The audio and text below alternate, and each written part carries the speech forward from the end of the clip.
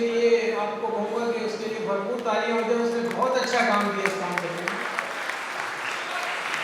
Dream world के साथ साथ QNN प्रोडक्ट्स जो हमारा है, उसकी जो रूही अकबर है, HOT sales and marketing international and local, माशाल्लाह उसने भी बहुत साथ दिया हमारा। उनके लिए भी भरपूर तालियां हो जाए।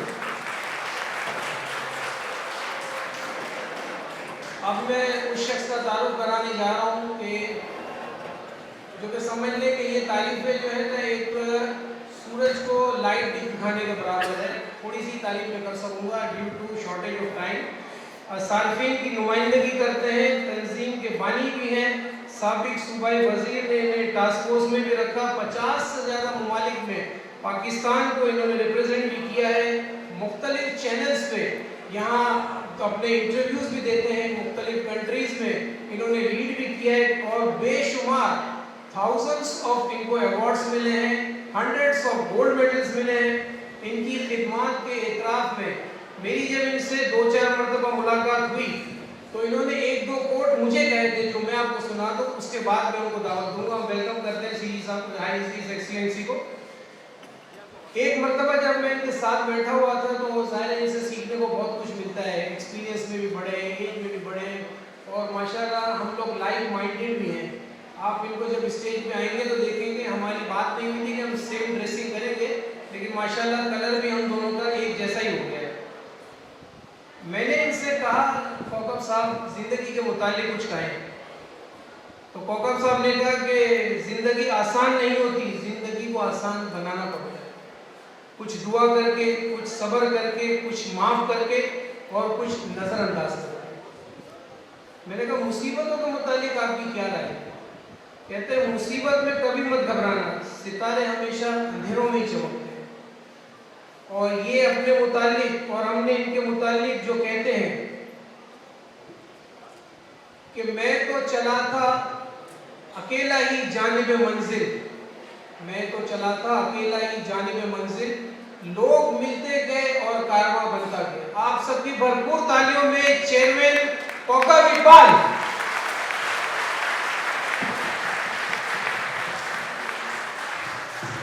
जनाब मोहतरम, His Excellency Consul General Malaysia Khalid Mizran Abdul Rahman, our Chief Guest, Director General Pakistan Halal Food Authority, Director General PCSIR, हमारे मौलाना आज़ाद जमील साहब, ब्रिगेडियर साहब, तोक़ीर साहब और आमिर साहब, क्या नाम है, सारे जितने भी यहाँ पे लोग बैठे हुए हैं, जुनैद भाई, खलील शेख खलील साहब, ख़वातीन व हज़रात, अस्सलामु अलैकुम व रहमतुल्लाहि व बरकातुहू। मौलाना साहब ने शुरू में जो अलक़ाब से मुझे नवाजा, जितनी इज़्ज़त दी मैं उसका शुक्रिया अदा करता हूँ। और अयूब भाई का भी कि वो इतनी दूर यहाँ पे तशरीफ़ लाए, मुख्तार साहब भी हमारे हैदराबाद से तशरीफ़ लाए हैं, तमाम लोगों का, उनकी पूरी टीम का, राजपूत साहब का बहुत बहुत शुक्रगुज़ार हूँ कि वो हैदराबाद में भी यहाँ पे बड़ा काम कर रहे हैं। सार्फिन की नुमाइंदा तंजीम कंज्यूमर एसोसिएशन ऑफ पाकिस्तान गुज़िश्ता 20-22 सालों से जो है सार्फिन की जद्दोजहद के लिए काम कर रही है। हमने जब काम शुरू किया तो यकीनन उस वक्त जो है पूरे पाकिस्तान में कहीं भी कंज्यूमर प्रोटेक्शन एक्ट नहीं था। योगी वजाहत मेरे फाउंडर मेंबर हैं, तशरीफ़ ले आए हैं, बड़े मशहूर मारूफ शख्सियत हैं और पहले दिन से हमारे साथ हैं। मैं इनको खुशामदीद कहता हूँ। साबिर साहब मुझे नजर आए थे गौतम के, आप आगे तशरीफ़ ले आइए भाई। मैंने एक ही इंजीनियरिंग यूनिवर्सिटी से इंजीनियरिंग की, साबिर साहब इंजीनियर हैं अल्हम्दुलिल्लाह और बड़े आजकल बहुत ही एक अच्छे उस पर काम भी कर रहे हैं, कॉस्ट के लिए, कराची की कॉस्ट के लिए काम हो रहा है। बात बड़ी मुख्तसर से करूँगा क्योंकि बहुत सारे हमारे पास जो गेस्ट आए हुए हैं सिंध फूड अथॉरिटी के भी डायरेक्टर को आना था, मुझे शायद वो भी तशरीफ लाने वाले हैं, क्योंकि उनको भी कुछ हमने एक प्रोग्राम दिया था कि वो जो हमारे पास फूड की जो यहाँ पे कंप्लेन आती है वो ज़ाहिर है सिंध फूड अथॉरिटी को हम कहते हैं कि वो उसके ऊपर कार्रवाई करें। हालांकि डीजी साहब ने उनको टास्क दिया था इधर आने का, हो सकता है कि कोई मसरूफियत तो बहुत सारे लोगों की तबीयत खराबी भी चल रही है, मौसम कुछ ऐसा चल रहा है। मैं अभी कुछ ही दिन पहले अमेरिका से वापस आया, वहाँ सुमरो भाई भी मेरे साथ थे, और यहाँ पे आप देखिए कि वहाँ पे गंदगी का कोई तस्वर नहीं। पूरे अमेरिका में एक टिश्यू पेपर उड़ता हुआ कहीं नजर नहीं आता। हम ग़िज़ाइयत की तरफ बाद में बात करेंगे, सबसे पहले इन्वायरमेंट की बात करते हैं कि हम इन्वायरमेंट के लिए हम हुकूमत की तरफ देखते हैं, हम खुद ही कचरा तो रोडों में फेंकते हैं। फ्लैट में होंगे तो ऊपर से जो टिपका देंगे, चाहे वो नीचे कोई जा रहा हो उसके कपड़े ख़राब हो या नहीं हो, बस मिनी बस में से मुँह निकालेंगे, पान थूक देंगे, चाहे वो मोटरसाइकिल पे कोई जा रहा हो। तो ये सब चीज़ें कौन कर रहा है? हम ही इस माशरे का हिस्सा है। हम ही इस माशरे में अपना किरदार अदा कर सकते हैं। बहुत सारी जो इंटरप्रेन्योर्स हैं जो घर में फूड बनाती हैं, आज भी इस प्रोग्राम में गौतम जो है हमारे साथ बरसा बरस से हमारे साथ है, मौलाना साहब तशरीफ ले आए, और हलाल फूड अथॉरिटी की जितना काम है, बहुत बहुत शुक्रिया मेरे भाई। हलाल फूड पे जो काम कर रहे हैं, जाहिर है कि अभी हलाल फूड पे भी बात करूँगा। समर भी बैठी हुई हैं। मैं समझता हूँ कि मैं तो गुज़िश्ता 12-15 साल से बात करता आ रहा हूँ कि हम खाने के नाम पे क्या खा रहे हैं। खाने के नाम पे जो हमें खिलाया जा रहा था, उसकी रोकथाम के लिए सबसे पहले मैंने पंजाब में पंजाब फूड अथॉरिटी बनवाई, और उसकी भी कारकर्दगी आपने देखी कि किस तरह रही। उसके बाद 10 साल जद्दोजहद के बाद सिंध में सिंध फूड अथॉरिटी का क़याम अमल में आया।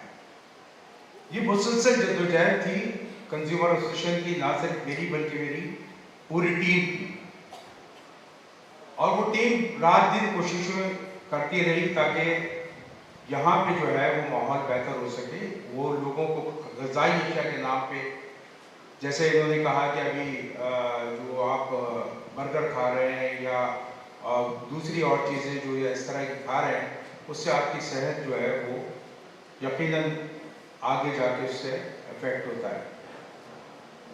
हमारे जितने भी हमने ये भी दिखाया है कि किचन्स क्या है। बाहर मैं ऐसी मिठाई की दुकान पे गया कि जो मतलब इतनी सफाई शायद वो रखी हुई थी और इतनी अच्छी इन्वायरमेंट कि आपको यकीनन देख के खुशी होती, मगर जब हमने उनका कारखाने में छापा मारा तो पता चला कि कारखाने में जो है उनके जाल लगे हुए हैं, उनकी जो है वो गंदगी का ढेर लगा हुआ है। इसी तरह मुख्तलिफ फूड इंडस्ट्री जो कि ब्रेड बना रहे थे, ब्राउन ब्रेड के नाम से, किसी ने लिखा कि जनाब फोर्टिफाइड ब्रेड। मैंने उनको लिखा कि भाई फोर्टिफाइड ब्रेड क्या है? तो उन्होंने कहा साहब, मैंने कहा ये बताओ, हो सकता है 55 भी हो। तो बात यह है कि भाई आपकी किसी की भी पार्टी हो, मगर उनको ये भी जो तहजीब सिखाएं कि वो अगर कुछ लिख रहे हैं तो वो चीज़ वहाँ पे है कि नहीं है। मलेशिया में गया हूँ लातादाद दफ़ा एक्सीलेंसी, और आई वॉज वेरी सरप्राइज कि वहाँ पे वो लिखा हुआ था हलाल ब्रेड के ऊपर। तो मैंने कहा ब्रेड के ऊपर हलाल लिखने की क्या जरूरत है जी साहब? तो ब्रेड पे हलाल लिखने के मालूम हुआ कि जनाब हलाल जो है वो इसलिए लिखा जाता है कि इसमें जो अज्जा शामिल है वो भी उससे मुंसलिक हों और वो भी हलाल। यहाँ तो यह हालत है। अमेरिका की फिर मैं बात कर रहा हूँ कि अमेरिका में ब्रेड बनती है साबिर साहब, तो वहाँ पे एक्सपायरी डेट लिखी जाती है। यहाँ पे तो 15 दिन की ब्रेड खिलाई जा रही है लोगों को, एक्सपायर होती नहीं। यहाँ से एक दुकान से उठाते हैं, दूसरी दुकान पे ले जाते हैं, दूसरी से उठाते हैं, तीसरी दुकान पे ले जाते हैं, जब तक कि वो बिक नहीं जाती। इसी तरह मुख्तलिफ जो हमने एक ब्रेड बनाने वाली कंपनी थी फॉरन की, में इस पर छापा लगाया। पहले मैं छापा खुद मारता था और मीडिया मेरे साथ होती थी वहाँ पे, क्योंकि मैं मेंबर टास्क फोर्स भी था, बल्कि चेयरमैन टास्क फोर्स था गवर्नमेंट ऑफ सिंध का। तो वो ब्रेड पे जो सांचे लगे होते हैं उसमें जंग पकड़ा हुआ था और बड़ी मशहूर और मारूफ ब्रेड लोगों को खिलाई जा रही है। तो देख के बड़ा अफसोस हुआ जब मैंने उनको कहा, तो उन्होंने, वो जो टीवी चैनल हमारे साथ था, उन्होंने कहा कि साहब ये प्रोग्राम नहीं चलना चाहिए, इसके लिए आप जो भी करते हैं, हमने कहा अपने ज़मीर नहीं बेचा। अगर ज़मीर बेच के काम कुछ कर रहे होते तो आज ये नाम नहीं होता इस पाकिस्तान के अंदर। तो मैं समझता हूँ कि